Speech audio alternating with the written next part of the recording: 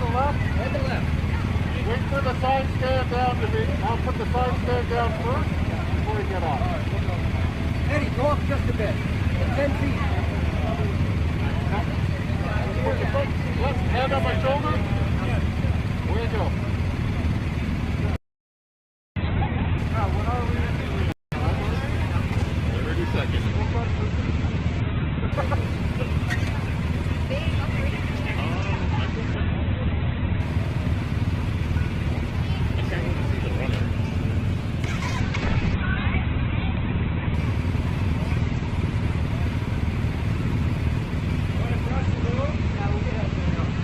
Start 3 seconds. Ready? 3, 1, go.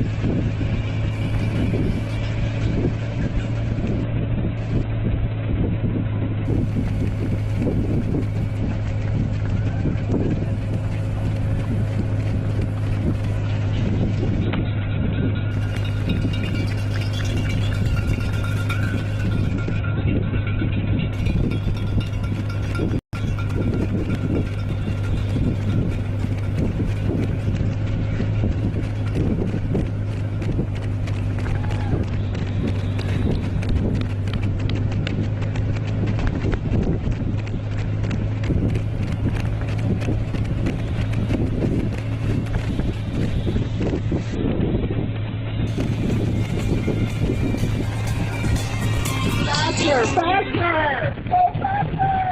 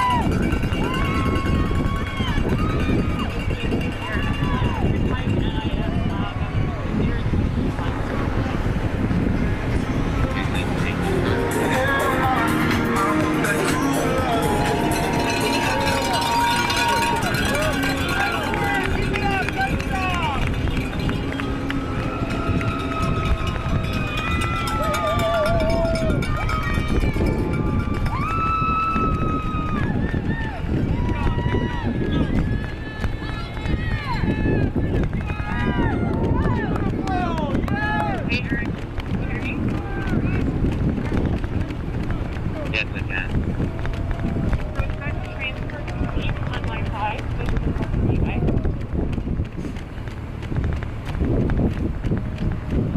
Okay, yeah, stand by.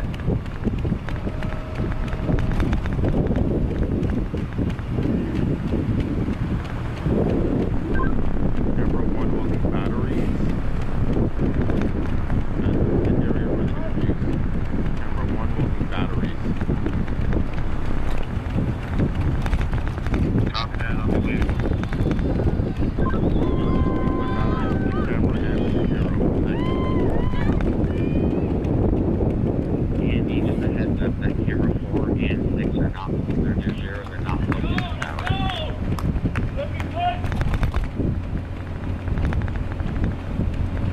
Copy.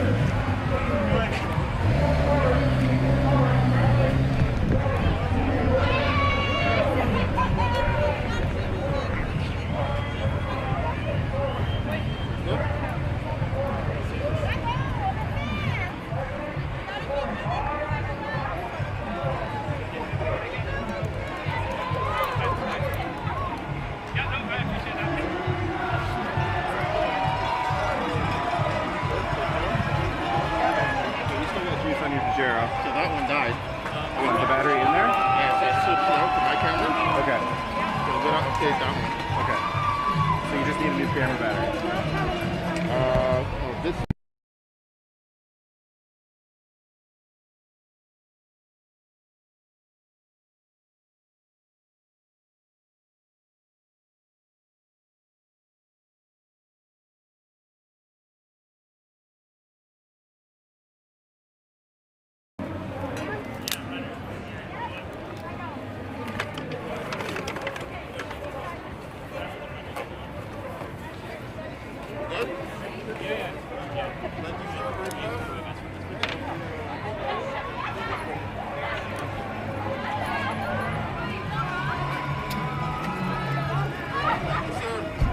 Buddy. All right, thank you.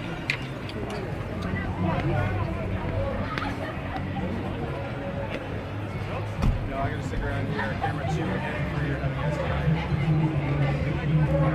Yeah, like that. Thanks.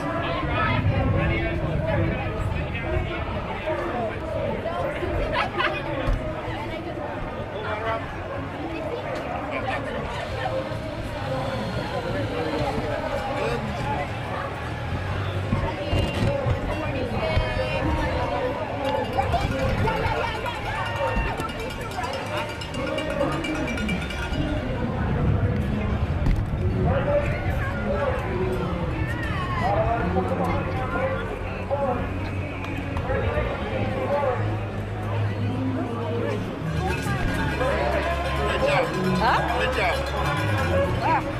Can I help with anything?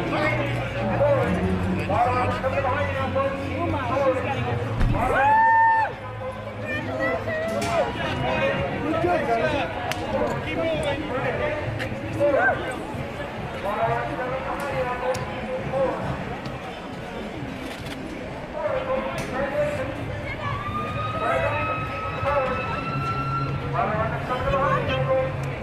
Max, shut up. Good shot, guys. Yeah. Very nice.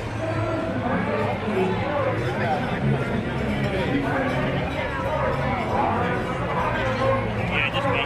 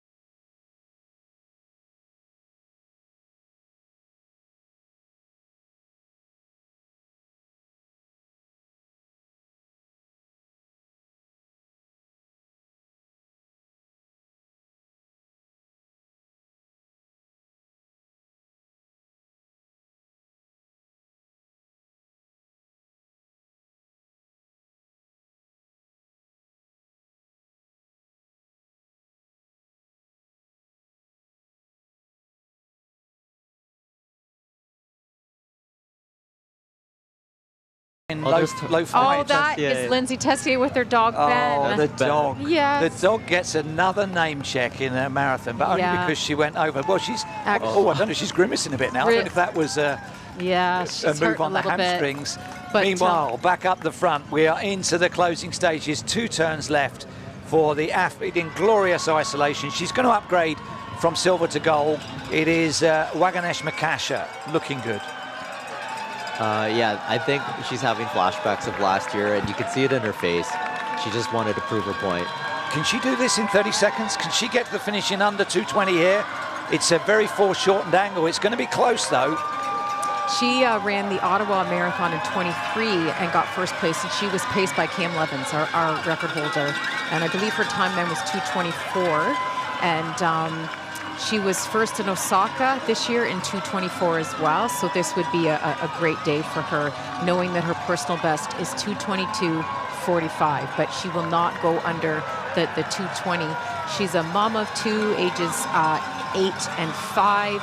She was 5th at the Chicago Marathon in 2022, where she ran a 2:23.41. And back in 2011 at the African Championships U20, she was 3rd in the 3,000 meters. So good day for her today. Well, her personal best was in need of renewal. It goes back to 2019. She just gestured to her marshal. Is it this way? She should know from last year. Deja vu, but this time she is away and clear. Last year's silver medalist at the TCS Toronto Waterfront Marathon is about to become this year's champion. Here she comes around the turn. The glory that was denied her by 1 second last year is all hers this year. Our champion in the women's event is Waganesh Makasha of Ethiopia, and it is a course record by over a minute.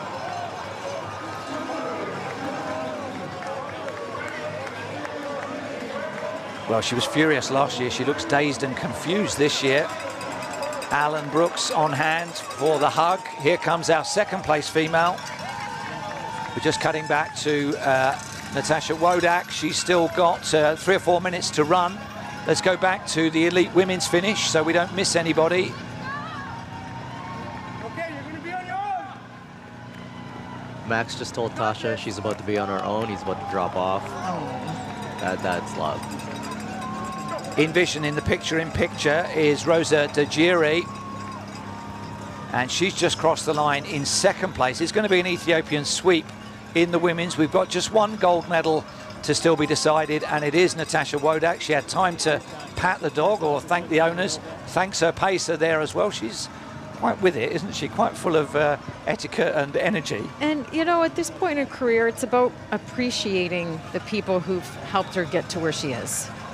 Aferi Godfrey has just finished in 3rd place in the international women, so that's that podium complete. Just 1 podium still to fill, and it is the Canadian Women's National Championship. Wodak has never won it because although she has raced well, including here, it wasn't designated the national championships in those days. Right. It used to be in Ottawa, the national championships in May, and so we know she's been on multiple national teams in cross country, 5, 10K, half marathon. She had the half marathon Canadian record once that stood for like 2 weeks, and so she's really wanting this national title today in the marathon. And an interesting thing about her that we haven't talked about yet this year was her quest to make her 3rd Olympic team. And the CBC did a documentary on her with Melinda Elmore, and they followed them as they were trying to get the Olympic standard to compete in Paris. We know Melinda did it, and she went to compete for Canada. But for Natasha, she had a rough go. In 23, she wasn't able to compete in the London Marathon because she got sick a week or so before, couldn't even start. And then she ran at the World Championships in 23 in Budapest, 15th place, time was 2:30, not good enough. And then she ran Houston in 2024, where her time was 2:28.42, and then Hamburg, Germany in 24, when she ran a 2:30.24. So just different reasons for why these races didn't work out for her. I know she had some cramping with her stomach and wasn't able to fuel, and then I think she had some cramping in her legs and whatnot, but she did not give up on that pursuit, and she joined us in the broadcast for CBC when we did the Olympic marathon just a couple of months ago, and she enjoyed that experience. Is the course essentially as it was 11 years ago? Will it all have been familiar to her, or are there new parts? Oh, it's changed completely. I mean, the West End, mostly the same, but the the East End, we've changed it quite a bit. And especially with the construction and so many new buildings, it's kind of hard to recognize a few spots, as weird as that sounds. Yeah. So she's on 224 now. She was on 226 schedule.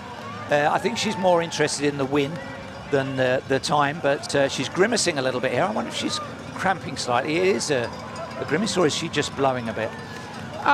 She's looked more comfortable before. You see kind of shaking her arms down, so I wouldn't be surprised if she's bit of stitch. Uncomfortable. But, I mean, hey, you know what? It was about having fun. We saw her giving high fives, and it was about the national championship. So, like I said, it's about appreciating and gratitude at this point in career, 42 years old. Of course, she could still run faster, but, you know, starting out to win that national championship and to get that, that's what she came here for. She can add that to her long list of accolades. Well, she will know what comes next, because it is the right-hand turn into the penultimate finishing straight, and then the chicane into the finish. The runners coming the other way have got a long journey still to go. We're going to stay on air till the 4-hour point. We hope to see our man out there on the course. What do you reckon? Bernard? Yeah. I'm guessing he's on pace. He's for what we gave him, I think he's, well, I mean, he has to be able to do it, or else he'll never hear the end of it. Well, if you are looking out for somebody in particular, when we end the international broadcast on the 4-hour point, we will still keep a camera on the finish line. So if you've got people that you're tracking on the TCS Toronto Waterfront Marathon app, you can also see them when the camera stays on the finish line. But here we are with Natasha Wodak awaiting that right-hand turn, gritting her teeth. Here she comes round the turn. It's a longer straight than it looks, isn't it? We get a very foreshortened angle when we look down it, but it's, what, 400 meters of running? Closer to 600. We might see the same facial expressions that we saw the last time she was here in Toronto 11 years ago, but you know, you can never take any marathon lightly. Like, even for her to run, you know, 2:25, 2 minutes slower than her personal best, that is still very difficult. And like I said before, the marathons that she did in her pursuit to get the Olympic standard. So this is, I think, her 5th marathon build in 2 years. And, you know, that is difficult in the body. You don't know what's going to happen on the day of the race. So she's just holding on, trying to make sure that she finishes strong and with that enjoyment that I don't think there's, you know, obviously there's no doubt that this national championship is not hers. Well, it's going to be a 2:27 something. Her margin of victory was really cemented in the early stages. If you were with us at the beginning of the broadcast, you'll remember that she was somewhere between the international women and the Canadian women. It took us a little while to pick up on her. She attacked it right from the start. It's been a good run throughout. We're just about to click over to 2:27. She's into her final minute of running. As she looks at it, she'll take a left and then a right, and the sash, the final sash of the day, the final gold medal winner's ribbon, will be out for Natasha Wodak, and she can really enjoy that. It's 11 years since she came to Toronto. It's been on her wish list for a while. I suspect Reed Coulsat will continue to persuade Canadians that this is a good idea, because it is, financially, time-wise, support-wise, travel-wise. So Natasha Wodak's here. I think the grimace is turning to a smile. She knows where she is on the course, and she can come around the corner. We'll await to see her on the final camera as she runs into the finish. Here she comes around the turn for her first Canadian national marathon title. Oh yeah, big up the applause. She's milking it, she's enjoying it, and she is our final champion of the day, winning here in the Canadian Championships at the TCS Toronto Waterfront Marathon. Natasha Wodak gets gold. It's interesting because it looks like she ran the exact time that Lainey Marchant ran in 2013, 2:28 flat, which was a Canadian record. At the time. At the time, yes. And it's moved on, and she's been part of that. Right, yeah. That's right. And back then, 11 years ago, she ran that marathon, and she probably thought never again. And here she is, you know, several marathons since, national title. She's soaking it in, she's happy. And, you know, she'll continue to have fun for the rest of this day like she did in this race. She's very chatty, isn't she? She was my roommate when I competed with her at the Olympic Games in 2016, and she ran the 10,000 meter. she has so many things to list about her success that goes on and on. But she was gold at the Pan Am Games in 2019 in the 10,000 meter, a record at the time, and she was 7th in 2015. Commonwealth Games she's been to, and she's competed in the World Championships in the 10,000 in 2015, 2017, 2019. And she's not done yet. I think that, she's still looking ahead. She's not ruling out the chance of going for another Olympic team, but I think she's going from season to season. So we'll see what's next for her, but a well-deserved break. We see the two national champions hugging each other, Justin Kent, Natasha Wodak, both from BC. And I would like to say that I got 4 out of the 5 winners correct. Chris takes the bronze for his wildcard prediction, so it therefore comes down to who was closest on the winning women's time between me and Krista. We picked exactly the same people. What was the women's winning time? The women's winning time. 2:20.44. Jeffrey takes it. You win. Within 15 seconds. Get the Guinness in there, Chris. He's leaving. I've got your drink. Kent and Wodak. Those are the surnames of the 2 Canadian national champions. Will we see them in Tokyo? We'll have to wait and see when the road to Tokyo closes. If you're watching us on the Inside Track World Athletics coverage, we will keep it going. We've got plenty of action still to come. We've got our man Bernard Abarcaz out on the course in amongst the atmosphere, and we will have the presentation of awards for our top 3 in all of those championships. Natasha's happy. She's no idea the camera's still on her, but clearly she's still kind of hurting, right? There's something probably that made her a bit uncomfortable, but she certainly was able to get the crowds excited when she finished at the end. We still have 2nd and 3rd Canadian women, and it's a long, long time since we saw them because the designated camera for the Canadian women was with Natasha Wodak for so long. But when we saw them in the early stages, it was a tight cluster of 4 or 5 athletes. How's it looking now, Crystal? So it looks like we might be seeing Leslie Sexton in 2nd place. Is that her now? There she is around the corner. I think that is her there with the sunglasses. Yeah. And the black top. The black top, right. Now, she's got someone ahead to catch from the international field, but this is always deceiving, this angle of the camera. Yeah, it looks like they look like they're closer, but they're not. So time maybe for a stretcher to go across, look. Right, she knows that person's not within reach, but she'll be happy with a 2nd place finish today. So she's coached by her partner, Steve Wheeler, and she moved out to Vancouver a couple of years ago. Originally, she's from Markham, Ontario, lived in London for quite a while. And again, like we said before, she placed 13th at the World Championships in 2022, which is in Eugene. And she won't be getting a personal best time today. She did that earlier this year in Houston, where she ran 2:28.14. And she's been on multiple teams as well for Team Canada, from cross country to 5, 10K distance half marathon. She's competed in various teams. And Rob Brulé is on the right there. So he's a great pacer. He paced me to my 50K record a few years ago. So it's good to see him. I would imagine. Is that him that looks like Super Mario on the right? He's on the far right. Yeah. So he runs with some with the Bayfront Endurance group with Reed in Hamilton, and I'm sure Reed recruited him today to do this pacing job. And so his job was to pace that group. He's hyping up the crowd. I'm sure he'll finish right to the end and keep encouraging Leslie. He's clapping, and he's just such a positive guy. So we've still got 1 podium place to come after this, but Toronto has been a very happy hunting ground over the years for Leslie Sexton. She's had podium success in the past. I don't think she'll be too concerned about the time. This has been a really controlled and successful outing for her in good conditions. Around the turn for the final 60 meters comes Leslie Sexton in 2nd place in the Canadian National Championships. So we will see her in a little while, and 2:33 is a good day's work and good prize money for Leslie Sexton, 2nd in the Canadian National Championships. And it looks like she placed 7th overall, her time with 2:33.15. So that's a good payday for her as well, right? She gets that prize money for 7th is $1,500, and then for 2nd place Canadian, $4,000. And who was in third place? Here we Rachel go. Hanna, Here there she she comes. is. Here she comes. Yeah, so Rachel Hanna, a good friend. She is also a registered dietitian, just recently married. Joe, who's also racing today, I guess they had a bet.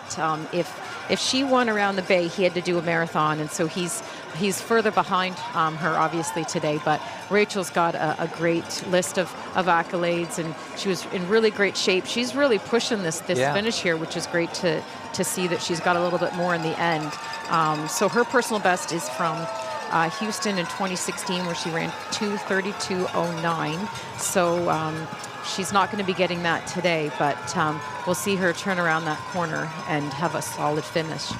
She ran the Toledo Marathon in 23, set a course record, and then set a course record again in Indianapolis in 23, and was third at this year's Ottawa Marathon.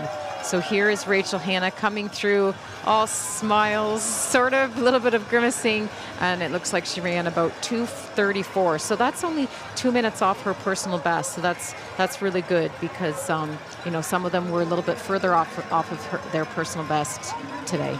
Well, we've Anne-Marie Comeau, there she is coming in. So she will be our 4th Canadian today.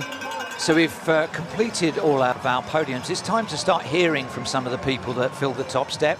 And let's start with a catch-up with the men's Canadian champion, Justin Kent. There's Anne-Marie Mawhinney. I just wanted to point her out there. What a performance. First time in Toronto, and you came away with the Canadian Championship win and a big new PB, almost a minute.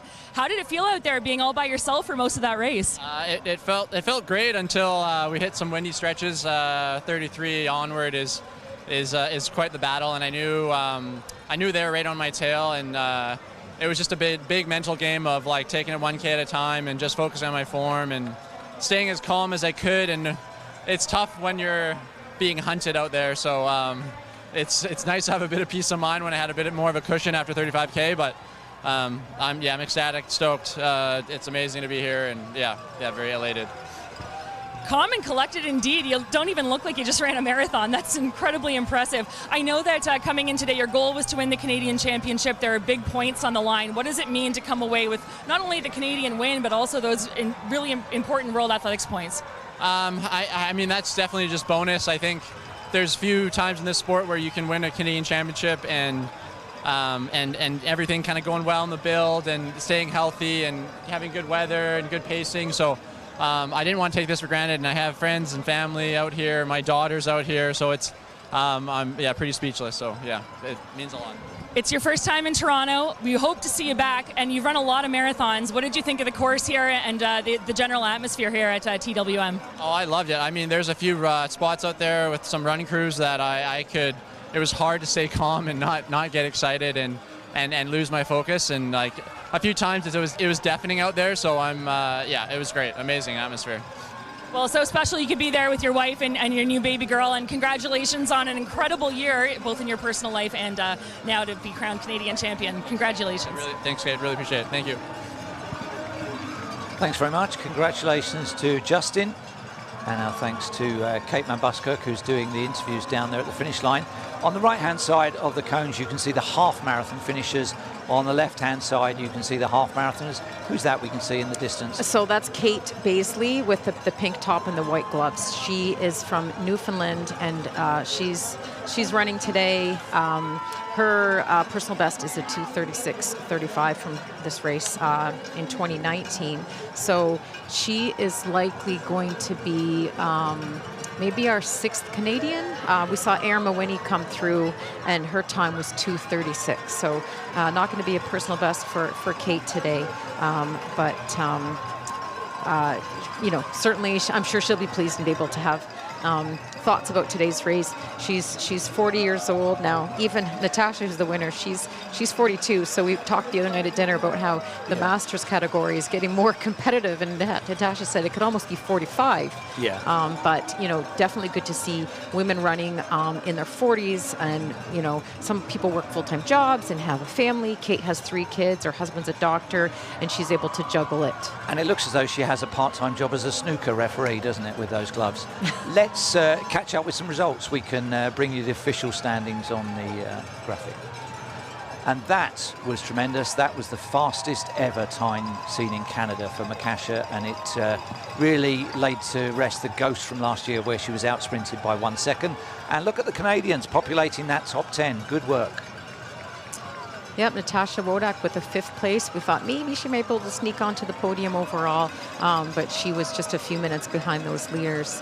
And then Leslie Sexton, 7th place, 2nd Canadian overall, and then Rachel Hanna and Anne-Marie rounding it out with 3rd and 4th Canadians and 9th and 10th overall in this race. Good. It was the whole series of Canada running was intended to raise domestic standards, and you can see right there it is. Let's go back to the race. I mentioned before that if you are looking out for somebody in particular in the marathon, we will keep a camera. Mexico have 650 competitors taking part here. Alan Brooks has made it a personal mission to twin with Mexico. Sub 240 for her. So Kate Baisley coming in. I'm sure her daughters are watching from home.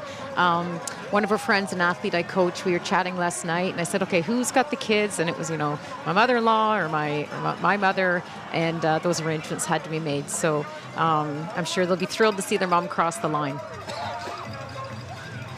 Well, coming up, we will have the presentation of awards, but remember, we're still in the elite part of the race here. Out of 8,000 finishers, we probably only had less than 200. We're on 2 hours 40. So these are athletes who train every day. So we're a long way from seeing the charity singlets and the fundraising endeavors and the Guinness World Record costumes. Those are all still to come. We saw there's the TTC streetcar Guinness record. I'm not exactly sure what they're going for. But there's 5 guys dressed up as a streetcar, and our friend Deco is leading this thing. Last year they did the half, and they have to do the full. Best of luck, guys. I wouldn't want to do that. Well, the problem is if you're tied together with people, and we get it in marathons around the world, either as a millipede or inside of a bus, your pace is dictated by the slowest person. Who's coming in here? We don't know. Too sure. One thing I wanted to point out with Tasha's win was back to the animal thing. When she passed Ben and Lindsay Tessier, when she saw Ben, Lindsay's dog, you saw her kind of tear up a little bit, and I think that kind of broke her emotionally. And well, and Lindsay's dog has cancer. I think it's okay for us to speak about that, but it's just really tragic. Ben is his name, and he has, I think, a form of leukemia. So Natasha was talking about that the other day. So I'm sure that did kind of drive her emotionally to see Lindsay out on the course with her dog and cheering on one of her best friends. This is a local event with an international flavor. We've got 70 countries represented here, but let's hear a little bit more about the local.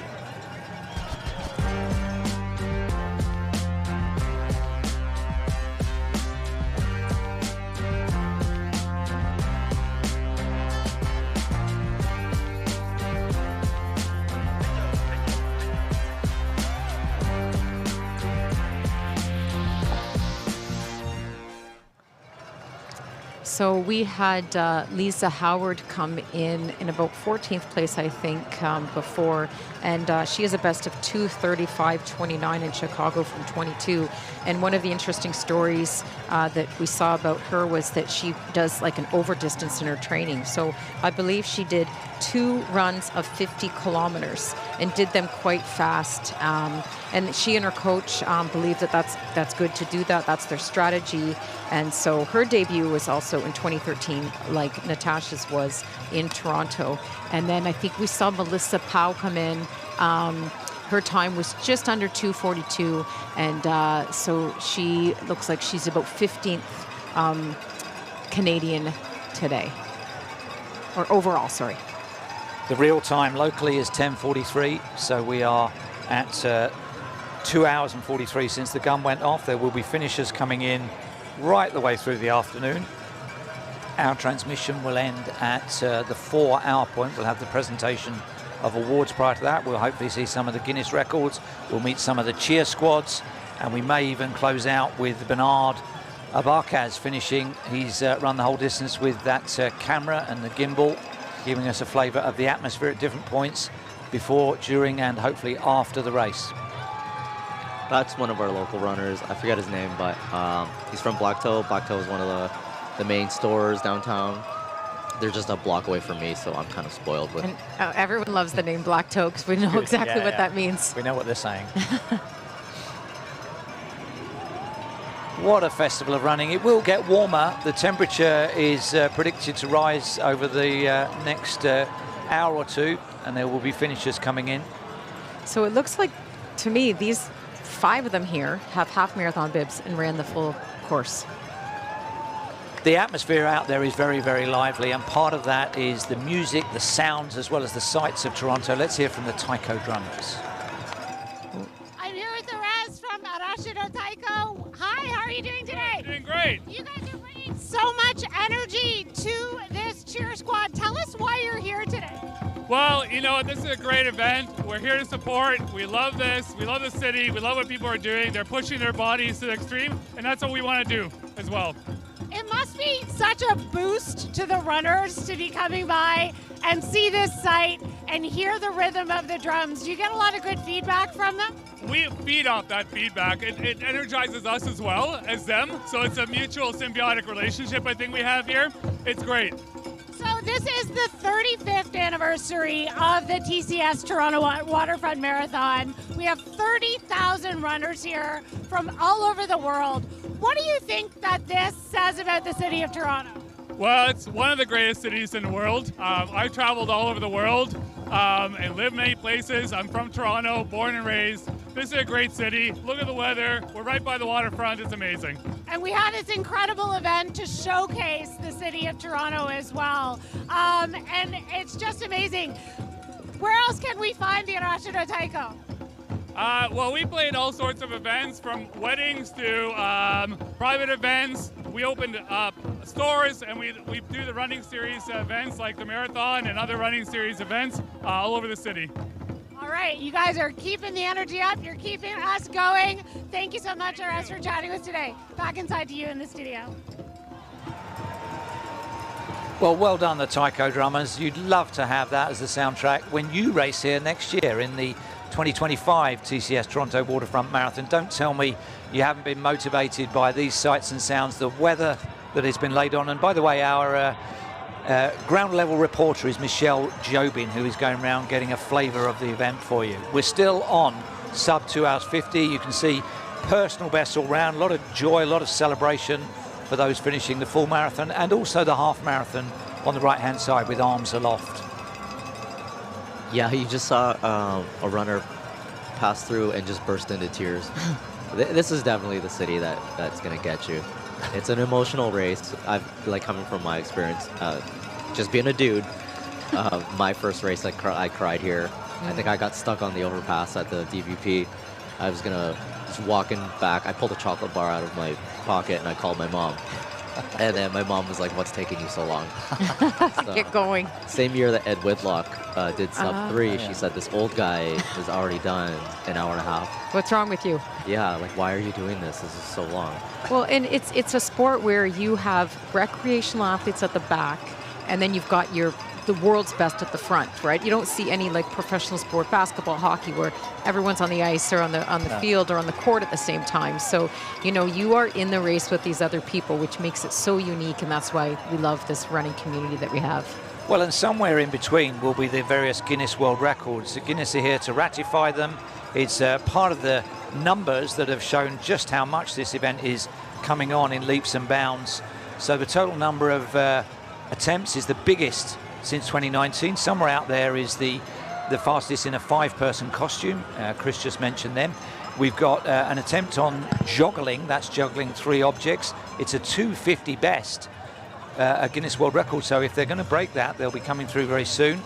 And we've also got those dressed in hockey kits.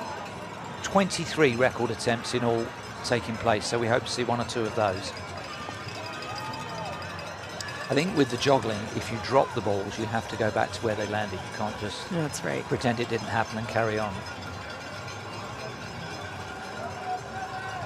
So this is, what's the temperature now? It must be up around 19 degrees. Quite nice It's about 13 degrees now. 13, so it's creeping up, but that's pretty much ideal, isn't it? No wind, no... See someone going off to the side there, stretching out a hamstring. We saw someone crossing the line and grabbing his leg, and sometimes you can run through it and sometimes you can't. Kate Van Busker down at the finish has caught up with all 3 medalists in the Canadian National Championships. Let's hear what they had to say.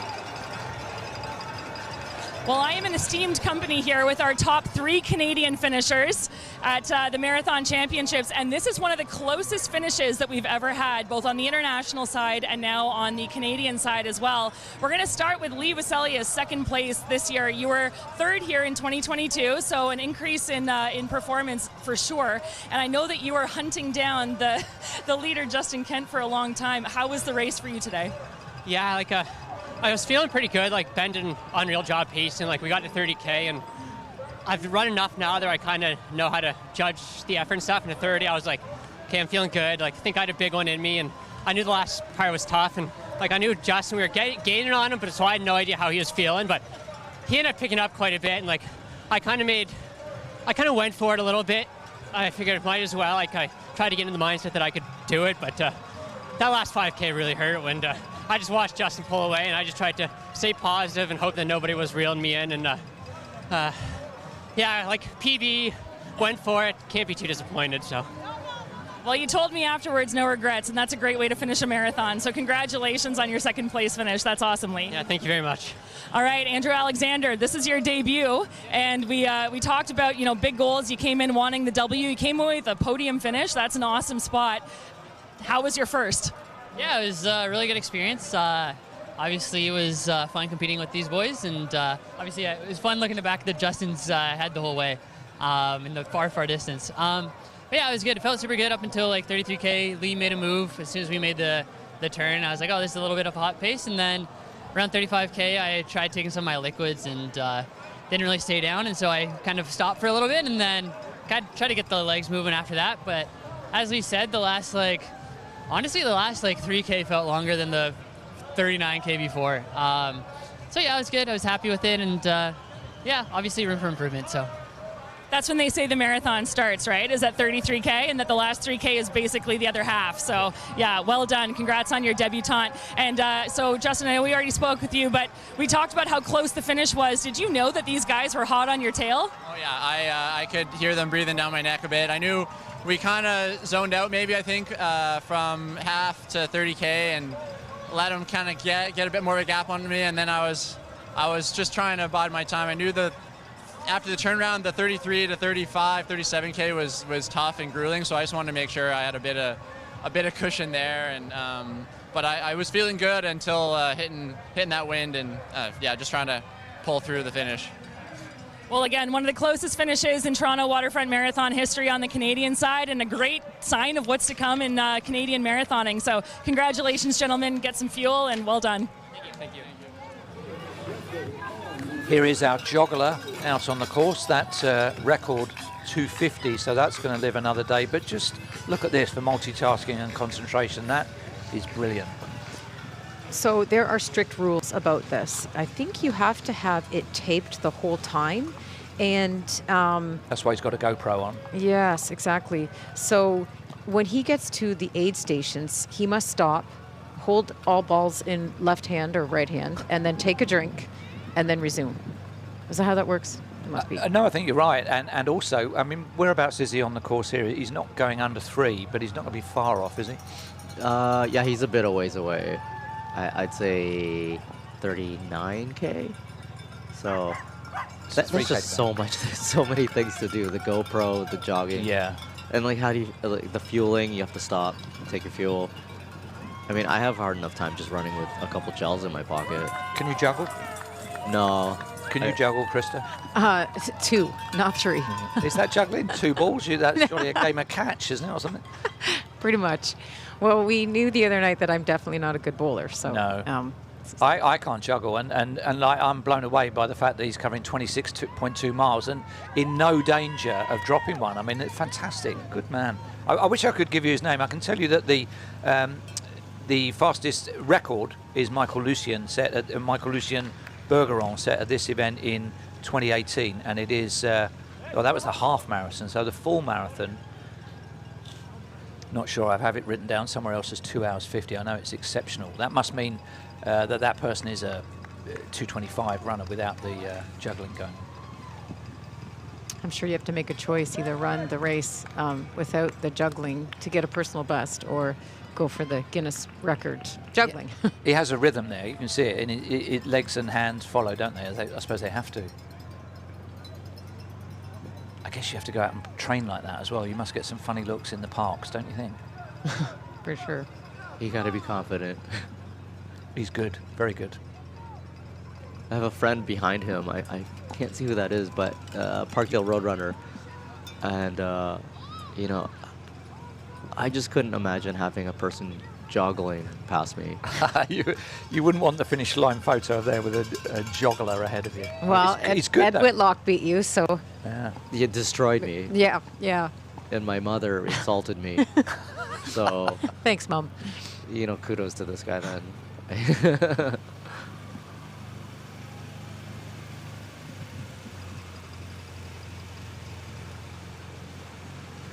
Yeah, he's still going. Like, he's actually, like, what do you do when you want to pick it up? Do you joggle faster? Just got to find a rhythm and stick to it, hasn't he? But he is doing. Do you throw the balls higher in the air? What if somebody nudges him? Or what if he catches his toe or something? It's intense concentration, isn't it? Look at those blue skies. This is... Toronto looks fantastic today. It's a beautiful day today. Best ever weather for this event. But yeah, he's also got to watch out because you know, our streets are pretty bad sometimes.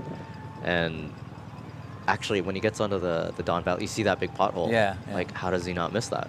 He's concentrating. This guy's my new favorite. I take it all back. Well, we're coming up to 3 hours in real time, so I think probably the first couple of thousand finishers are through. And I think we're nearly ready to speak to our man out on the course, Bernard Arbacaz. Let's see if he's ready to hear from us. How is it going?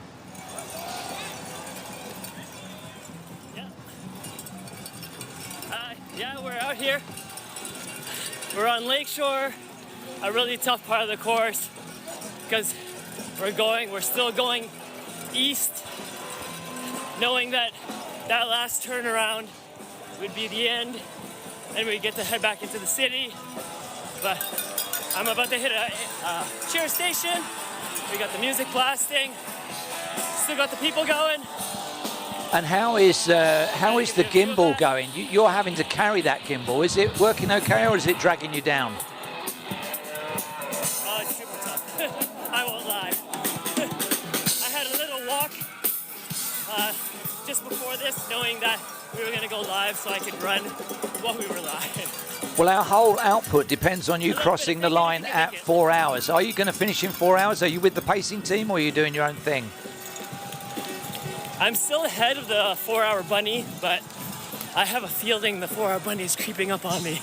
And what about the people immediately around you? Are they freaked out by you? Are they giving you a bit of a wide room, or are they realising you might be part of the broadcast? Let's see some of them. Introduce them. I'm just talking to myself. Introduce us to somebody alongside you. Live with CBC. What's going on, brother? Where's he from? Darren. Darren? Yes, sir. Where are you from? Right here. You're from here, but you're wearing a Balmoral. That's a local. Oh, we got Inherit the Earth. out on course cheering. How you feeling? Pretty gassed, but we're making it happen. Yeah, we're both in the same boat. Yes, sir. And what about the cheering, Bernard? What's it been like? We've seen the drummers, we've seen the front runners. There's a real sound experience to get through, isn't there? Definitely. I mean, I run with a different run group every day of the week, so I know most of the cheer squads. So it's great to see them. They're calling me out, I call them out. But yeah, I mean, I know that Charlotte was working for a long time to put as many cheer stations out, and it does make a huge difference. It's awesome. Well, good luck with the rest of your adventure. Take it carefully because it's getting warm out there, and we'll see you very soon. Go well, Bernard.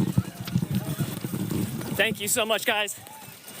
Now let's go down to the finish line where Kate is catching up with some of our winners in the Canadian National Championships. Tasha Wodak, this has been a long time in the making, my friend. It's been 11 years since you've been here in Toronto. You debuted here, and now 11 years later, you take home your first Canadian marathon title. How was it? The crowds were great. I felt really good, basically until about 25K, and then I felt really nauseous, and I couldn't get any gels down after that, and we had to keep kind of backing off the pace, but I knew I had a really good lead over the other Canadians, so I just tried to stay within myself and finish as strong as I could. But it's not really very much fun to run a marathon when you feel like you're going to vomit, but I didn't, and I still was able to take home the title, so I'm happy with that. Yeah. Taking home the title and also some really big and really important World Athletics points, so I'm sure that is playing into the equation as well. Yeah, absolutely. I think I was sub 228, and with the bonus points for first, I think that's about equivalent to running like a 224. So hopefully that puts me in a good spot to be selected for World Champs in September next year. Well, we'd love to see you back on that team. So it's, as I said, 11 years since you were here last. How did this experience compare to your debut in Toronto all those years ago? I think I was much more in tune with what I needed to do out there. Like, I knew when to slow down. I knew when to pick it up. Like, it's really great to be able to run a marathon and really feel like you're in control. And and when things weren't going well, I knew kind of what to do and how to run it. And I'm proud of myself for that and to be a confident runner out there. And it was really nice to have my coach out on course. And the crowds were great. I was high-fiving and trying to have fun when I wasn't feeling fantastic, but Well, you hit it well. You came across that finish line, and I know how much this means to you. So another feather in your cap. Congratulations on your win, Natasha. Thanks, Kate. Thanks for watching, everybody. Hey. Well, thank you. And from one gold medalist in the marathon, we go to another gold medalist, the fastest tree in the half marathon. And you know everybody in the race. Do you know this tree, Chris? I don't know. I'm scared if I know this person. We've got a guy taping the tree man in front of him because that's making his race that much more exciting. I would just follow and draft the tree. Yeah. Windbreak. And I think with these rules too, you have to have a specific diameter and circumference of these objects. Mm-hmm. So this person probably can't go any wider and get their legs through. Yeah. We're just on 3 hours on the gun time. Of course, most of these finishers will be going sub 3. Do you know them? This is actually one of my best friends, my training partner, Sean Davies. He was representing Crossing Lines. Proud of you, Sean. Love you, buddy. With the red headband? Yeah. Well, he will be sub 3 because the way chip timing works is it probably took him 30 seconds or so or more to get across the start line, and he gets that back on the net time from sensor pad to sensor pad, start to finish. Good work for him. So this is the first big landmark of the race. And 4 hours, in an hour's time, will be when we end our transmission. We'll be looking to see how Bernard does, whether he can get through in under 4 hours to close us out. We'll have our medal ceremonies for all 4 podium events, and we will have a few more Guinness World Records as well. This is the rush hour coming up now, isn't it? You can see it across the finish line. In the half marathon, it's 5 or 6 every second, thinning out a little bit. Back with the joggler.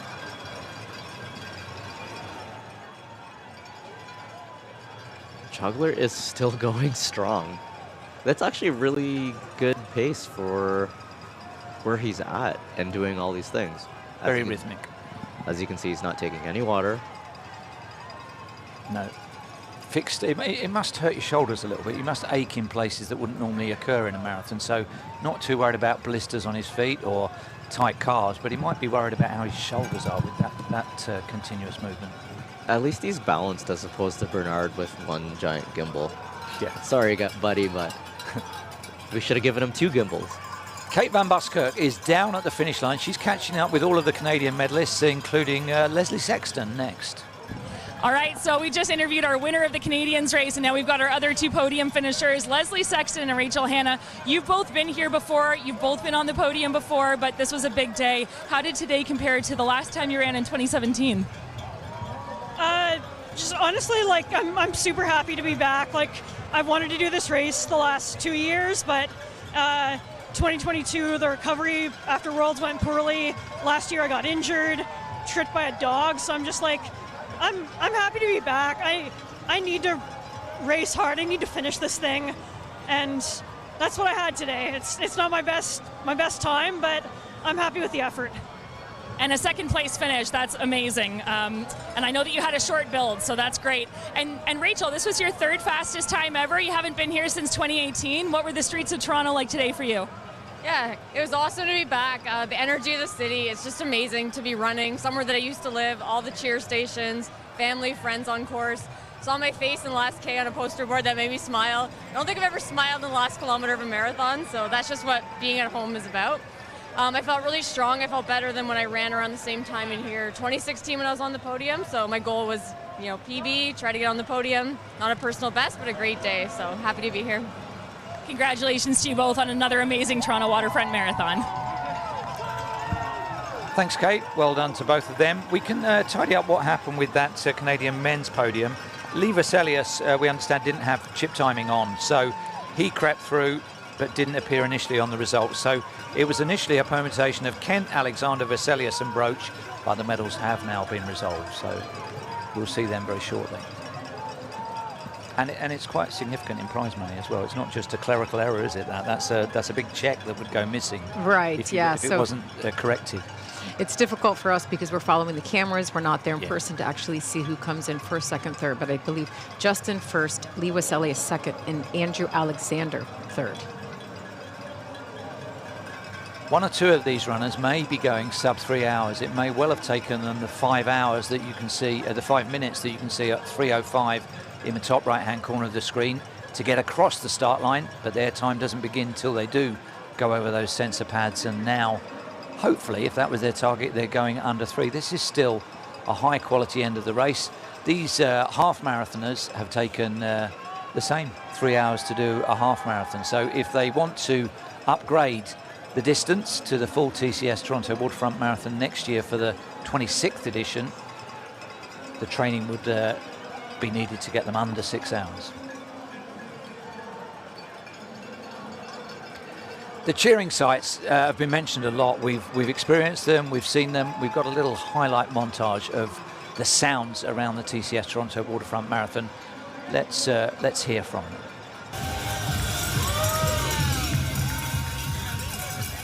This is Queer East Run Crew. This is the group we saw in Bathurst earlier. They are out and about. This is the thing about the city. Like, everyone actually gets out and cheers. There's other cities where people just don't really have run groups, and it's not that. It's just not a thing. They're upset that the roads are closed, and that's just, it's going to stay at that. Yeah, like we used to call it the beaches, but they actually love this now. It used to be a kind of a thing where people weren't really into running, but now that running's so big, everyone's kind of found a click. People are jumping into it. People are here cheering, and like I said, there's a group for everybody, and it's very, very diverse.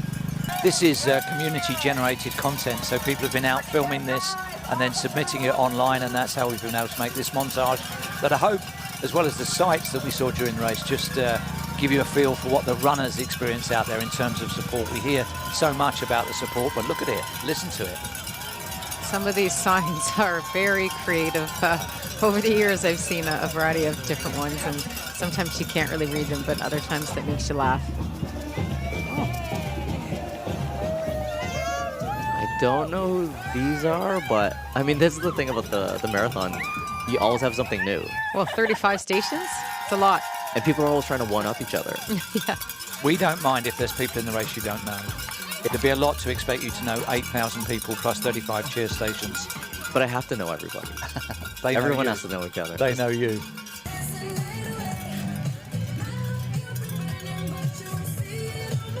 I'm looking for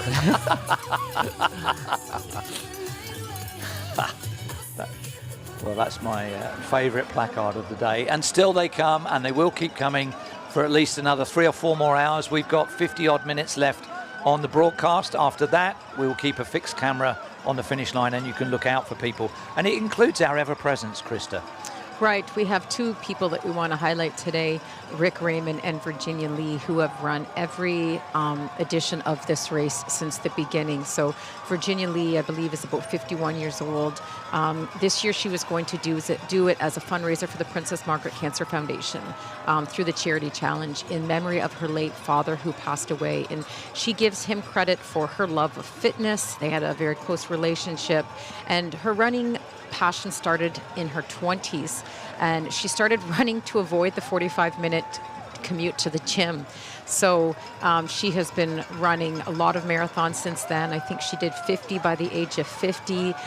In 2013, she wanted to keep her streak going to continue doing this race, Toronto Waterfront Marathon, but she wanted to do Chicago. So I believe she ran that just a bit more conservatively so that she can do this. You know, it was a tough year for her with her father's passing, and apparently she had shingles. She was a speaker at the expo. And then the other person that we wanted to highlight as well is Rick Raymond, 78 years old. He's a professor with dentistry at the University of Toronto. And last year, the 23 Toronto Waterfront Marathon was his 400th marathon. And I think this one today might be his 408th. And he had, again, like Virginia, has done every edition of this race. And he has a 45-year run streak. Virginia. So there's Virginia there with the sunglasses. And back to Rick, he has the streak. And the minimum number of minutes is 30 minutes. And he has done that for 45 years.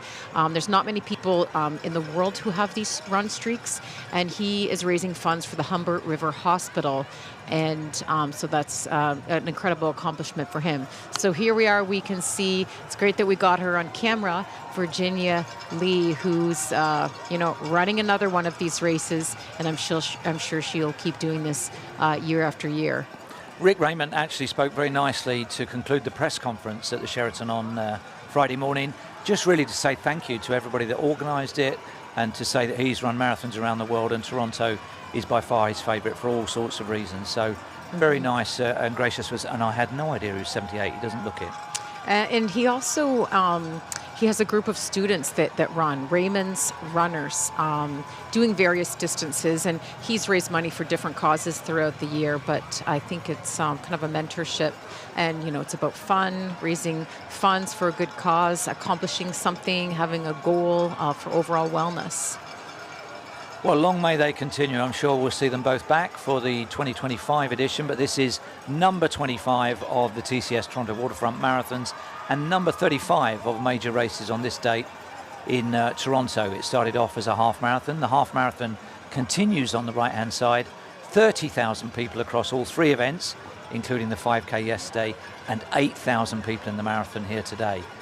The entries had to close 2 months out because they were all oversubscribed. So hope to see you here next year if you're any kind of a runner and wanting to have a reason to come on your own or bring other people to enjoy Toronto in the fall.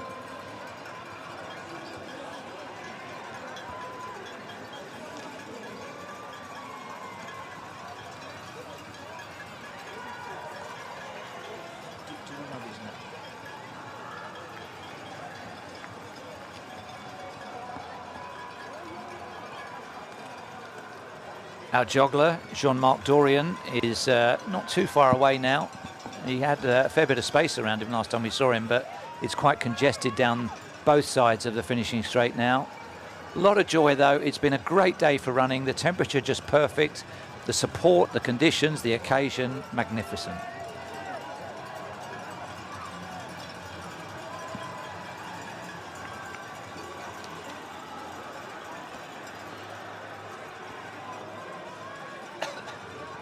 As a runner who's been on both sides of this race, this is where it gets sweaty and gross.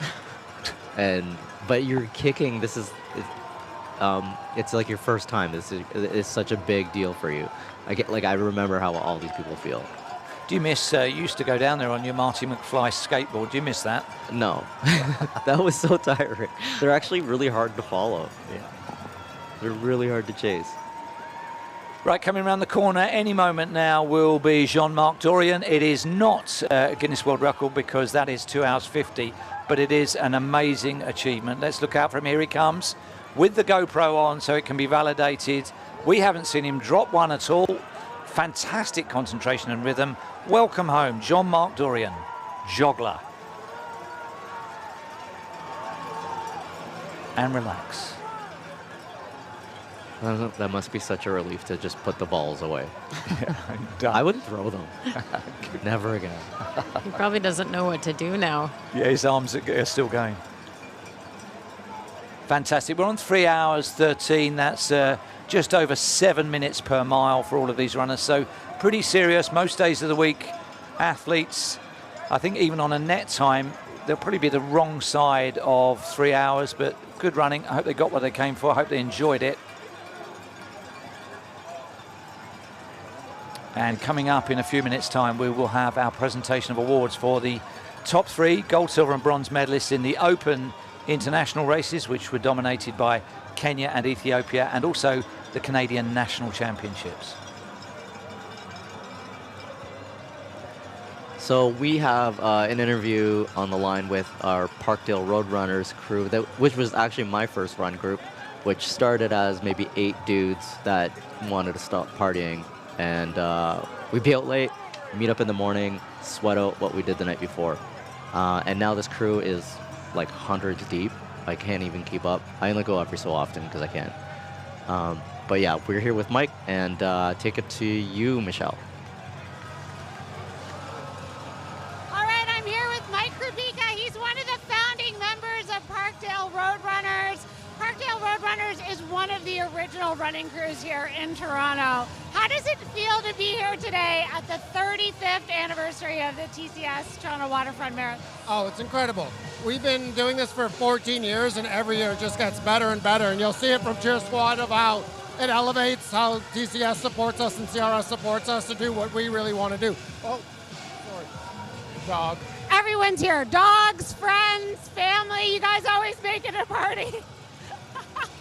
It's a lot of fun to be here. How about like Toronto and the Toronto Waterfront Marathon in the global running community and that perspective with Bridge the Gap? What can you tell us about it?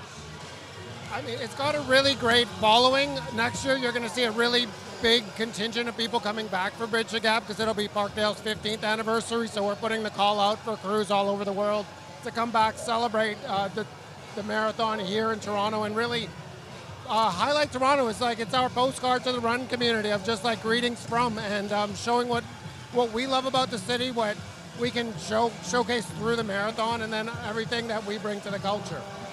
There's over 30,000 runners here today, which I'm told might be the biggest ever. Pretty incredible, isn't it? It is, especially since seeing how many people have switched over to the marathon and how that's grown. The half marathon has always been really special here, but now seeing everybody experience the full, that's really shifted over the past few years. And as somebody who's run the full, I love that people get to experience the entirety of it. Amazing. Mike, thanks for talking to us today. Thanks for always bringing the party here. All right, it's good to see you. Thanks. Throwing it aside to you. Thank you very much. That party over the years has helped raise over 53 million Canadian dollars since the charity challenge was begun in 2003. Last year raised $2.5 million, and there are 153 charity partners. We're starting to see 1 or 2 of the charity fundraising shirts coming in the marathon, lots of them on the right hand side in the half marathon, and that is what Mayor Chow spoke about on the start line, that this isn't just a race, it does so much more for the fabric of the city and for supporting those less fortunate.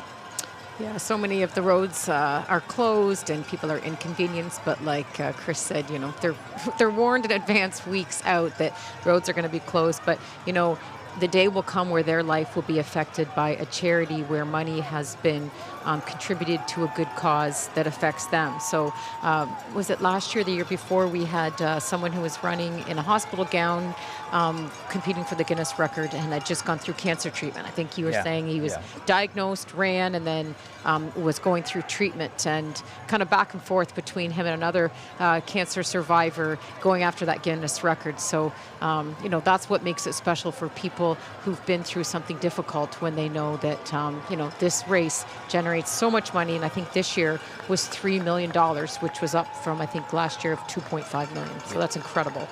It's a huge day. Yeah, that runner was Brandon Throop, and I think he did I'm just guessing, $130,000 just on his own. Wow. And then almost got the record.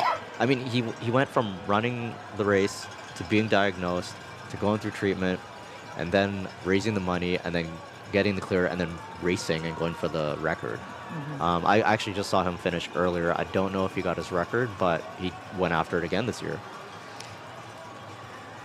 And another good cause, CIMH, mental health is so important, and the food bank. I know there's so many different charities, 150 in fact, but the number of people that are in need to access the food bank due to food insecurity. So it's great to see that money from this event has been raised to help that worthy cause.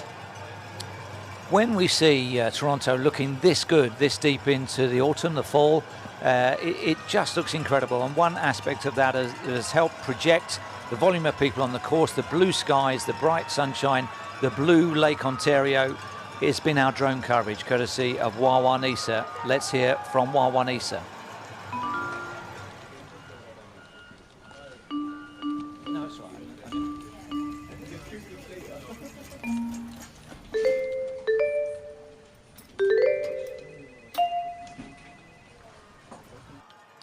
We're about 10 or 12 minutes away from our presentation of awards. Hopefully Bernard is still on schedule for finishing within the next 40 minutes. I think he was finding it harder than expected because as a runner, he's 3.5 hours. What would you do if you had to carry a gimbal? I'm sure you'd be at least 30 minutes slower. It's not easy, is it? Like carrying your shopping around a marathon. Yeah, that's a tough one. Bernard actually ran, he had a series, I don't know, I think it was during COVID, where when he turned 42 years old, he ran 42 marathons in a row, one every weekend, and one of them was actually sub 3. Wow. But I feel like this one might be harder than all of them. This could be his slowest one of his life. Like I said before, I was talking to him yesterday and explained how when I carried the torch, it was very heavy, so I was switching arms. But the other thing was the heat coming off of it. And Kate Van Buskirk also carried the torch in her community, and he didn't really think about the significance of that. So I'm sure he's been lifting back and forth or switching arms. But I wonder if he practiced, carrying a dumbbell or anything to get ready for today. But I would bet that he would have cramps in his arms. Yeah, that's not a thing that you want to just mess around with. Like, I remember I developed a thing with my right arm because I ran with a water bottle when I was running through trails, and then now my right arm just sways.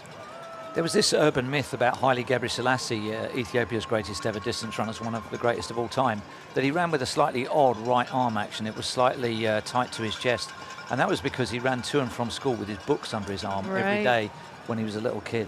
Yeah. Somebody there without a bib on their front, they've got a tattoo displayed. That's actually my friend Jeff. Is it another one? Yeah. Another one of your friends? He has. I'll even give him notes. I'm friends with him, and actually I stole him from another friend. Now we're buddies, and we don't really talk to the other guy. Oh.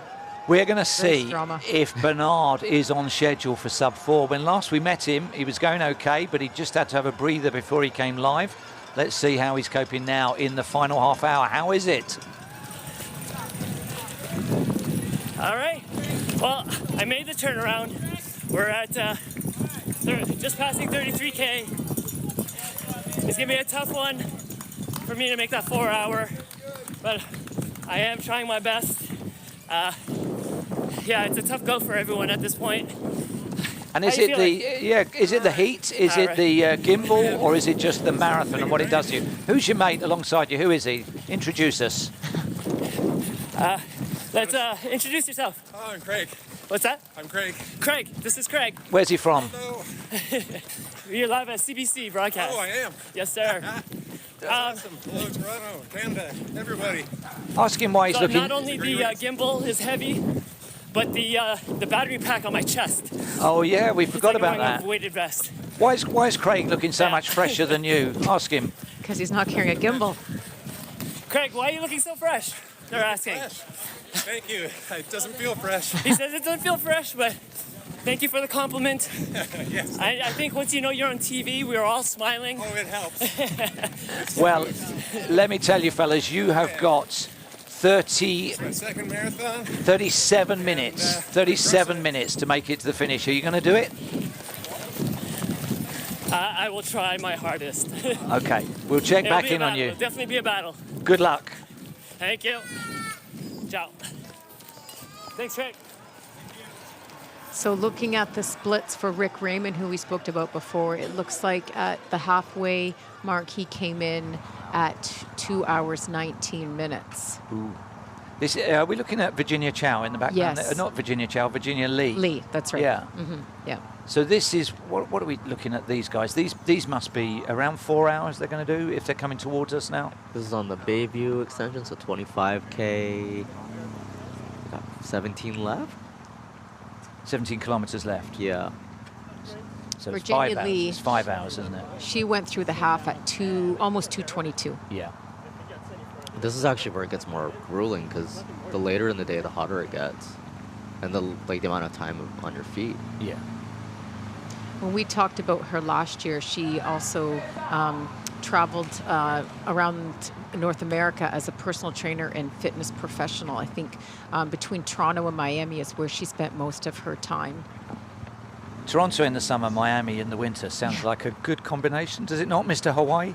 That sounds like a good combo.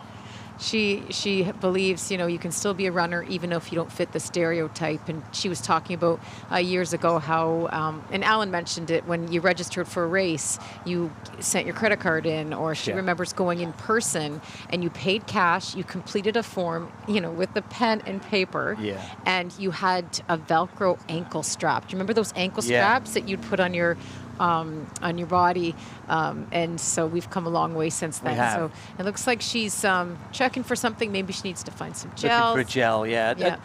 The thing is, we've come such a long way with all sorts of things, and TCS leading the way on that. How come we still put a bib on the front using safety pins like we did 150 years ago?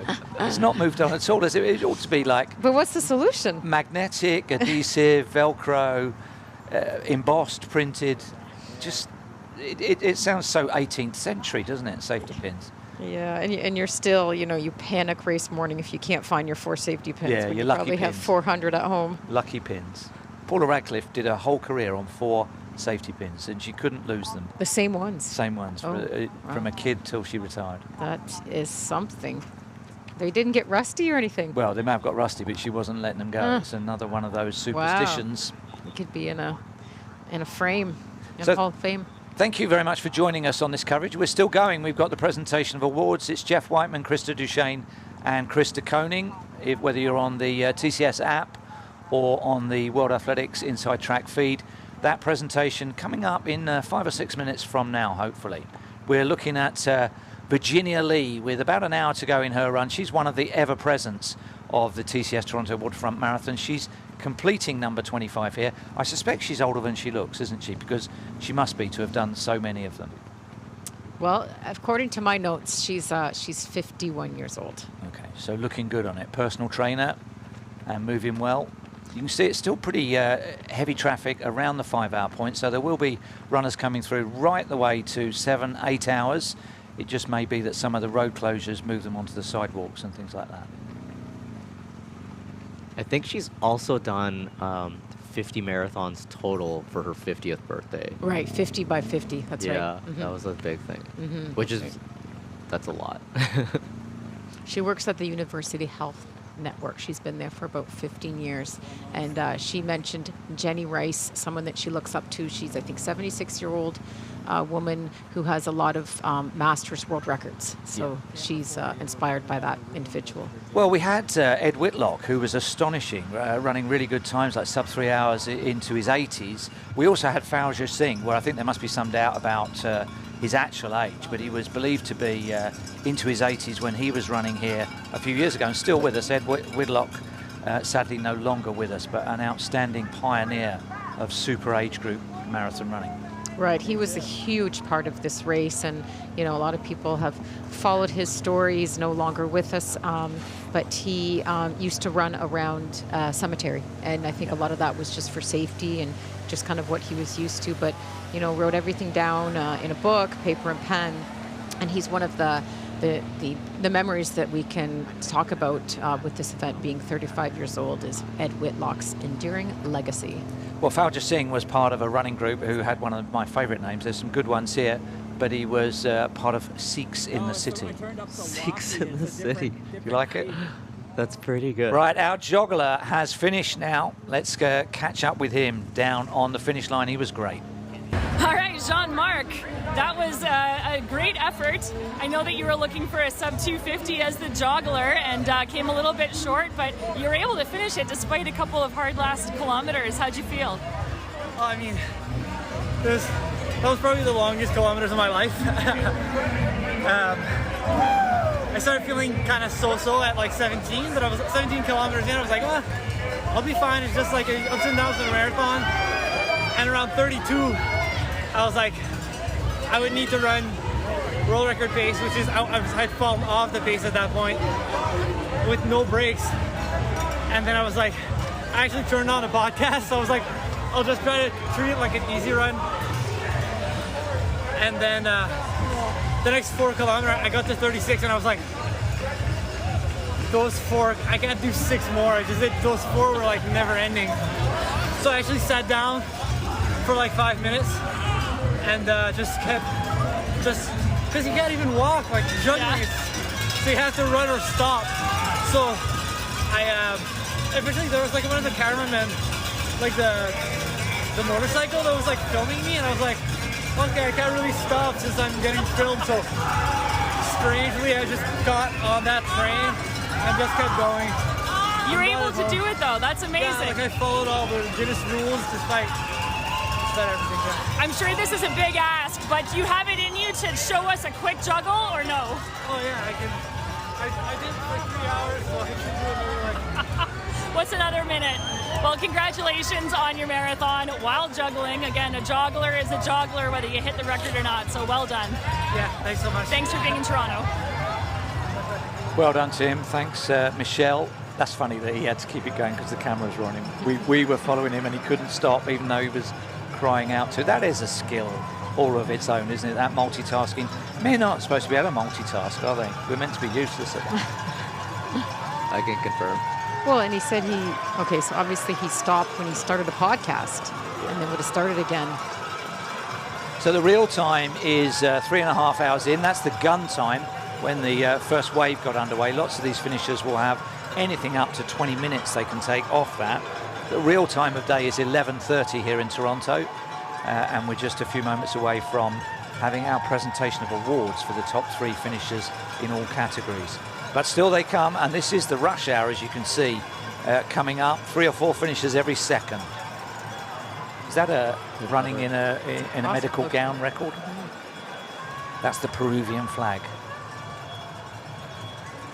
70 different nations represented here. Fantastic occasion and an opportunity for the world to drop in on Toronto at a beautiful time of year as well. All of these runners have white bibs. Yes. So it's clearly by Star Corrals. There's no way all of these people registered for the half marathon and didn't. No. I forget. I had a note of the corral colours, but it may reflect the numerals, not the bib back or something like that. That was our local Migs. He runs the group Me versus Me, and MVM. Yeah, they do like. They started around COVID and they've just exploded. But it's amazing too because he's actually a great runner. So. Kudos, Migs. I was also about to point out, since there's so many new runners, and the race etiquette and everything, the one rule is you never steal someone's finish line photos. So don't jump in front, spread apart. Like, this is why we're here, to look good. And then, numbers too, but look good. We need our photos. I usually slow down for the photos. Yeah. Well, the issue, I guess, for Bernard is he thought this was going to be very relaxed and casual, and now he's got a bit of a race against time because our transmission will end at 4 o'clock or 4 hours into the race. So we've got just under 28 minutes to go, and he's up against it a little bit. He won't like that, will he? No, I think he said earlier he was ahead, which is the no-no in marathoning. Yeah, don't get ahead. Don't go too far ahead. Yeah. And always respect the marathon. Yeah. Well, he's run 40 in 40 days or whatever, or 40 back-to-back, so he knows his way around it very well, doesn't he? I didn't know he had a battery pack. As well as... So he's running with like an extra 50 pounds. Like, that's like running pregnant. Sorry, Bernard, I can't believe you had to do that. I don't know. I think running with a battery pack might be a little bit easier than running pregnant. Yeah, I'll take that back. Speaking from experience, but... Did you race while you were pregnant? I did a half marathon when I was 6 months pregnant with my first, and then I Did you race it? Did you race it or just run it? Oh, no, I didn't race it, no. But I ran through all 3 pregnancies. Very good. So 3 hours 33, you can see the arms aloft, not just for the cameras, but the joy of it. Coming around that final turn, seeing the finish line, knowing you've smashed your personal best, and the afternoon is yours in one of the finest cities in the world on the last day of summer.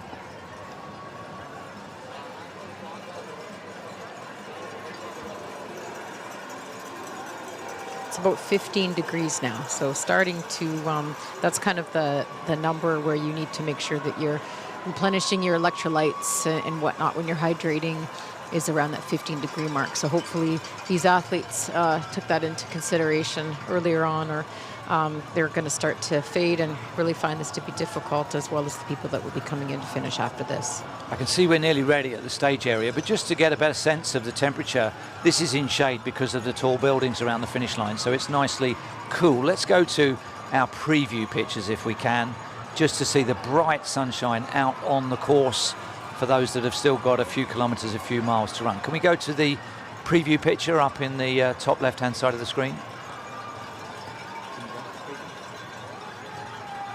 There we are. So that gives you just a better sense of the bright sunshine. There's a few runners in shades out there. They've still got quite a way to go. Some of these athletes, they'll be finishing right the way through to mid-afternoon. It's now become a beautiful day for spectating, but maybe slightly hot for runners. The wind is at about 14 kilometers per hour, which is an increase from the beginning. We know that the wind picks up as the day goes on, so it might help to make them feel a little bit cooler, but it's always difficult, you know. Obviously, say the marathon starts at 35 kilometers, but especially when the heat is increasing. There's our multiple runners. What are they? What are they? They are the TTC, which is where the tram tracks would be. Oh, they're just off the tram tracks, but they are a tram. And they have to be in unison, not in unison, but they can't, I mean... They can't break formation, they've got to be behind each other. They're stuck together. Yeah. And did they not break the Guinness half marathon record last year? They did that last year, yeah, that's correct. They're going to be a while. We're not going to see them finish, are we? You know, there's stuff that maybe we shouldn't talk about, but I mean, let's face it, it's marathon running, there's porta potties. Yeah. What happens if that's the case? I guess you just have to stop, get out, and come back and join your car. They all have to go to the washroom with you. Oh. Right, I can see in one that porta potty. Yeah. Or they stand outside and wait. We're ready for our awards presentation. Let's go and see our medalists.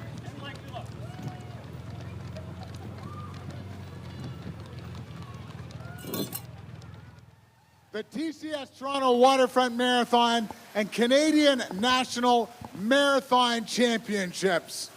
And we want to say a special heartfelt thanks to all of the crew from Tata Consultancy Services, TCS, in their 3rd year as title sponsors of this amazing event. And you've gotta love sponsors who walk and run the talk. There are over 700 of the crew from TCS out there running, walking, and volunteering here today. My name's Kevin McKinnon. I've had the honor of being part of this event. Last year was the first year since 1998 that I wasn't here announcing. Sadly, but luckily enough, my daughter covered for me last year, and she's over at the finish line. Every year, this event just seems to get bigger and better. And we have one gentleman to thank for all of that. He just keeps dragging this team and making it better and better and doing so much for running in Canada and Toronto. So it gives me great pleasure right now to introduce the race director of the TCS Toronto Waterfront Marathon and Half Marathon and 5K, Alan Brooks. Thank you, Kevin. And thank you, everybody. Good morning, Toronto. You really look amazing this morning. All I can really say is thank you to each and every one of you. An historic weekend for us. We have to thank the Mayor, Olivia Chow, Deputy Mayor Mike Cole, who was running this morning, and all the city staff for allowing us to build, along with our partner TCS, a true marathon weekend with the 5K yesterday, 8,000 people yesterday, and 22,000 of you, our best friends, this morning. Truly a record weekend, 30,000 in total, and there are still people running the marathon, of course, but I have every confidence that today we'll have about 6,300, 6,400 marathon finishers, making us, Kevin, not only the best marathon in Canada, but the biggest. And you did it all, so thank you. That's all I really have to say, Kevin. Muchas gracias a todos los chicos, los mexicanos, all of the people that came from 70 countries this weekend to make a great party here in Toronto. You are not kidding, Alan. A party of 30,000 when you add in the 22,000 from today, the 8,000 yesterday. What an amazing weekend we have enjoyed. And you know, I talked about our amazing title sponsor, TCS. They have been just unbelievable, 700 folks from the crew. And it now gives me great pleasure to introduce the Executive Director and Country Head for Canada from TCS, Showman Roy. Thank you, Kevin. Thank you, Alan. Hello, how was it? Beyond the numbers, while I was in this since morning, one thing comes to my mind. It is a festival of fitness. It is a festival of fitness both for health and for mind. So thank you for being here. Thank you for making this a great, great event. Better, bigger, like Alan says, the best marathon of Canada and signature Toronto. Thank you so much. Thank you so much, Showman. Yeah, no energy there at all. I love it. Just fantastic all the way around. I would like to just recognize right now some of the folks who will be helping us hand out the awards here. Helen Manning from Athletics Canada. Also, Amy Jenkins, Nicole Jacobs, Tiffany Fisher, Manmeet Chabra, and Bonnie Sokolov, all from TCS, helping us out here to hand out the awards. Now, before we get started with our running awards, I would like to recognize our top wheelchair athlete today. He finished this race in, are you ready for this? 1:38:09. Unbelievable. Joshua Cassidy, congratulations, our top wheelchair athlete on the day.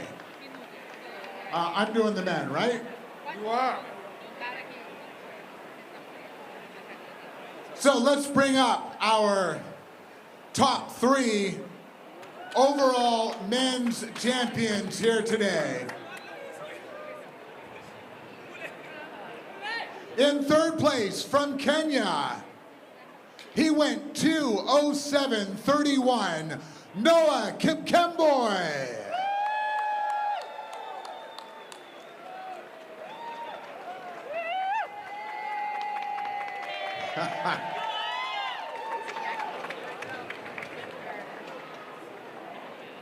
In second place, also from Kenya, his time 2:07:23, Dominic Ingeno.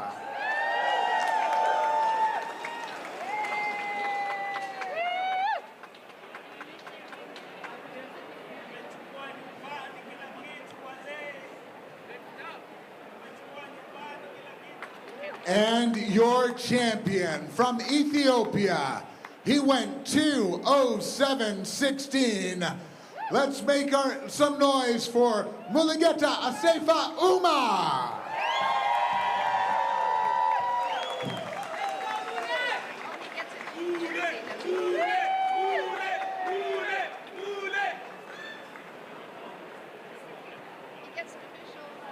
So Showman Roy from TCS presenting our medals to our winners.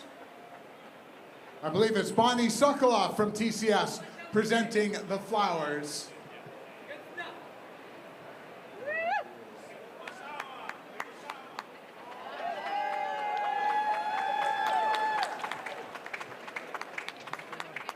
And there's your podium right there. Mulugeta Asefa Uma, Dominique Ungeno, and Noah Kipkemboy.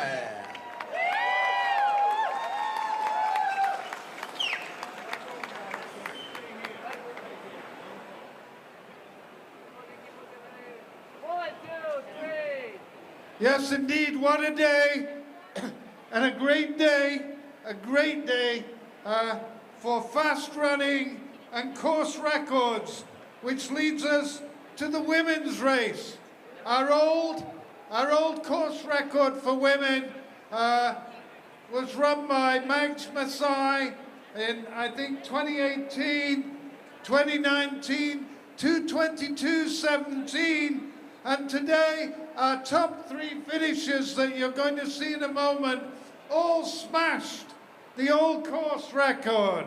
So with no further ado, in third place in the women today in the TCS Toronto Waterfront Marathon, Afira Godfrey from Ethiopia in 2:21:50.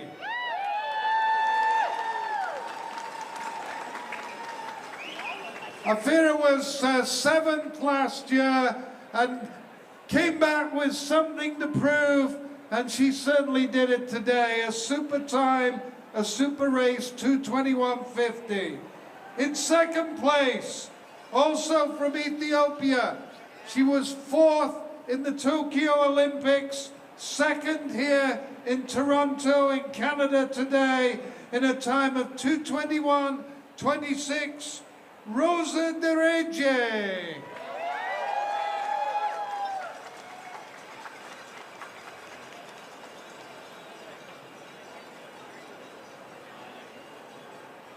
And completing the podium, making it a great day for Ethiopia here in Toronto, where we have such a wonderful Ethiopian community, the second largest Ethiopian community in North America after Washington, D.C.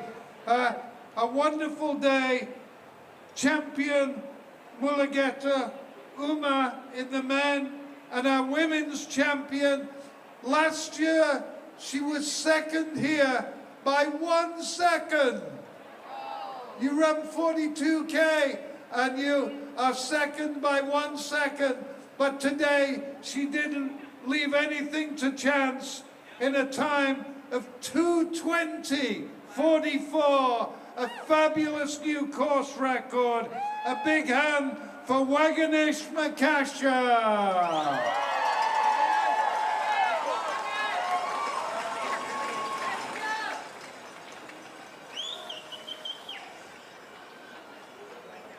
And both of our champions today running for Team A6, our wonderful partner for the TCS Toronto Waterfront Marathon.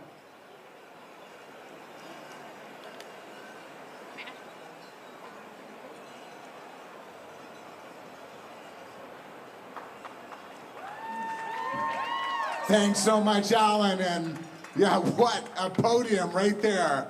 Can you imagine, second by a second? Comes back and takes the course record by a shade under 2 minutes. Let's hear it one more time for your podium. Waganish Makesha, Rosa Deje, Afera Godfrey, and all Ethiopian podium right there in our women's race. All three of the women breaking the previous course record. And Alan is, which check is that one there? Is that the bonus? For her efforts today, that 2:20:44 course record nets Wagenesh Mikesha an additional $10,000 bonus.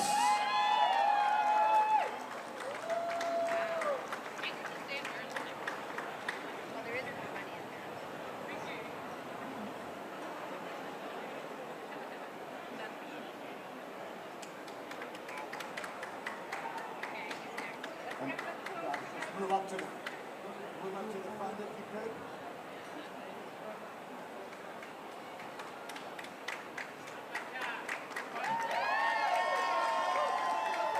All right, so one more photo op and one more chance to make some noise for our amazing overall podium here. Wagenesh Mikesha, Rosa Dereje, Afera Godfrey, all from Ethiopia. Mulugeta Asefa Uma, Dominic Ungeno, and Noah Kipkemboi on the men's side.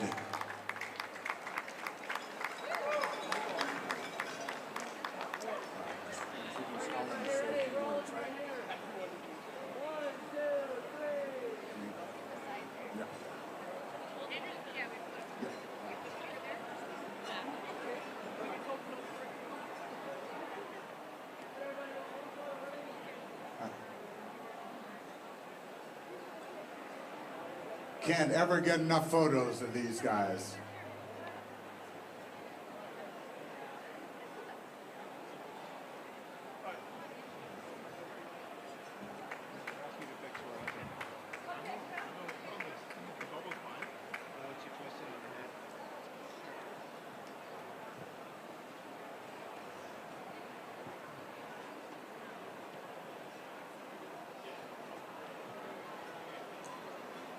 And just one last photo to recognize our champions, Wagenesh Mikesha, Mulugeta Uma.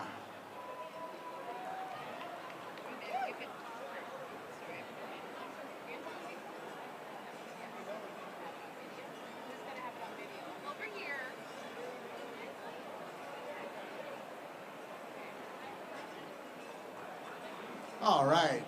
Now today's race was also the Athletics Canada Marathon Championships. And just before we hand out those awards, I'd like to bring up to say a few words, Helen Manning from Athletics Canada. Thanks, Kevin. And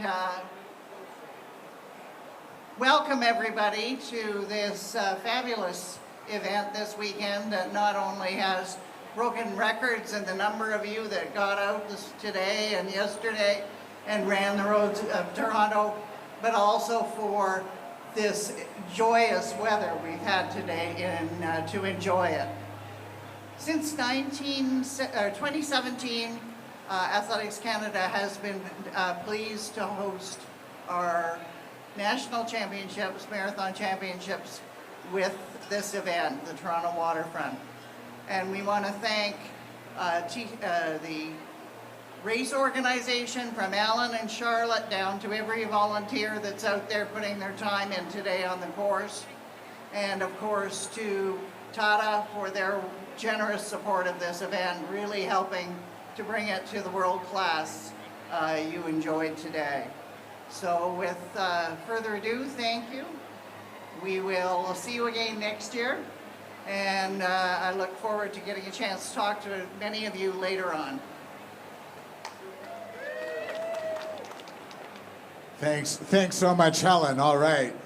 So just before, or just quickly outline who is going to be presenting our awards. We've got Helen, of course, will be presenting the medals to our Canadian champions.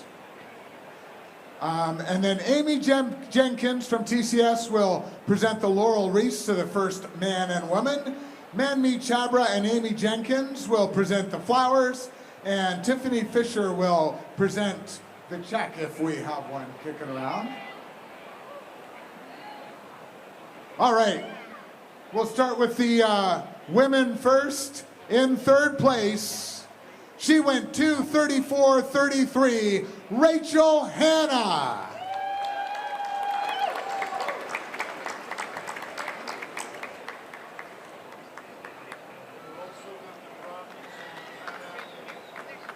Yeah, Alan's just reminding me, I got to announce when Rachel took the bronze medal at the Pan Am Games in 2015, right here in Toronto.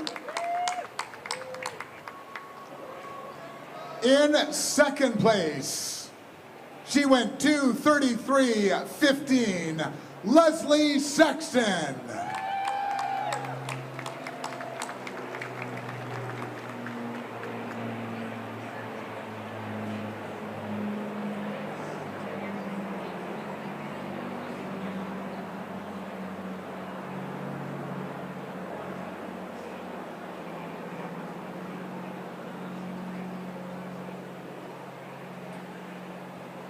And your champion, up until today, she had won a 5K, a 10K, two 10,000-meter national championships, and a half marathon. She never won the marathon championship. She waited until she was 42 years young to do that. But she did it in style today in a time of 2:27.54. Natasha Wodak. And another ASICS champion, Kevin. Of course.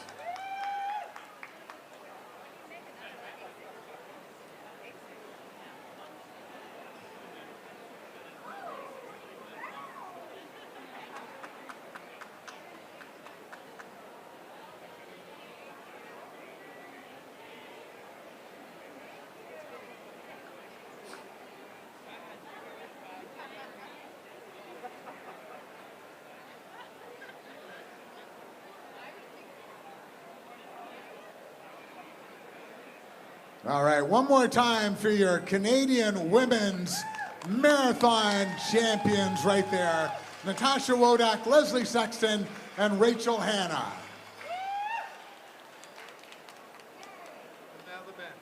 Let's get the men up here. In third place, he went 2:14.51, Thomas Broach.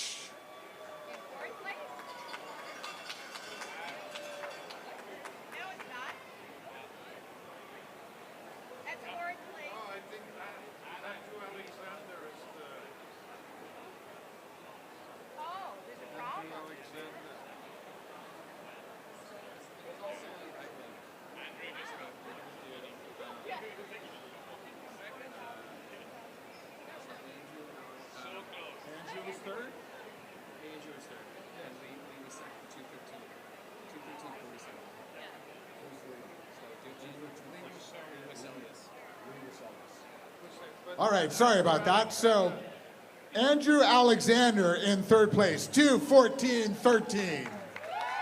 On debut, all the way from High Park. Well done, Andrew. In second place, 2:13.47 his time, Lee Weselius. From the Ottawa Valley. Good job, Lee. And your champion, I believe it was like a 2-minute PB for him today. 2:12.17 his time, Justin Kent.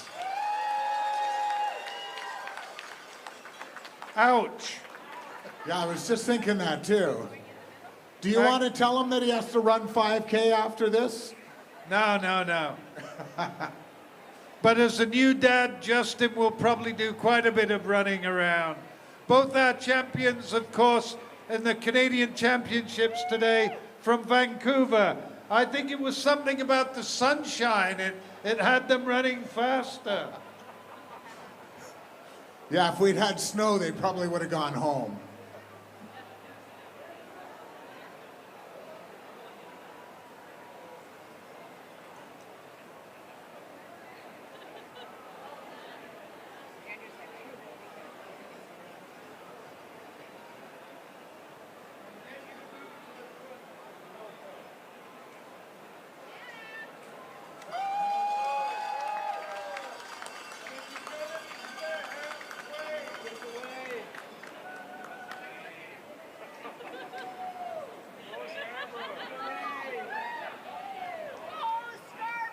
our Athletics Canada 2024 national champions crowned here at the TCS Toronto Waterfront Marathon.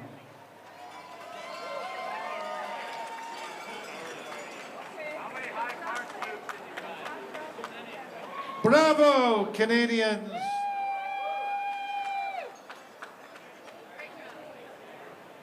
Okay. That's it, off to lunch. Oh, one more. No. Inga wants, looking for one more photo. Oh, with our champions here. Your Canadian champions, Justin Kent and Natasha Wodak. They're not having it.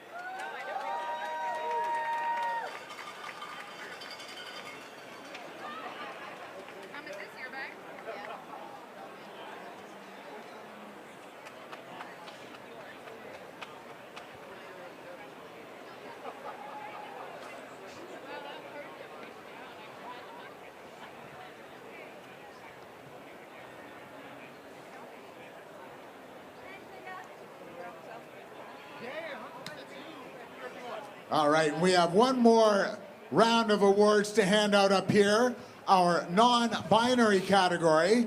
In third place, Jordy Wynn, 341.06. In second place, Kyle Deck, 334.08.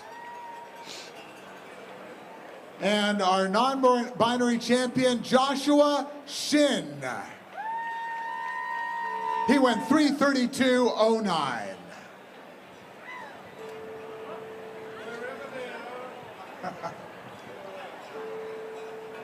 All right, well, we can get those awards out to them. Yeah, wherever they are, Kevin.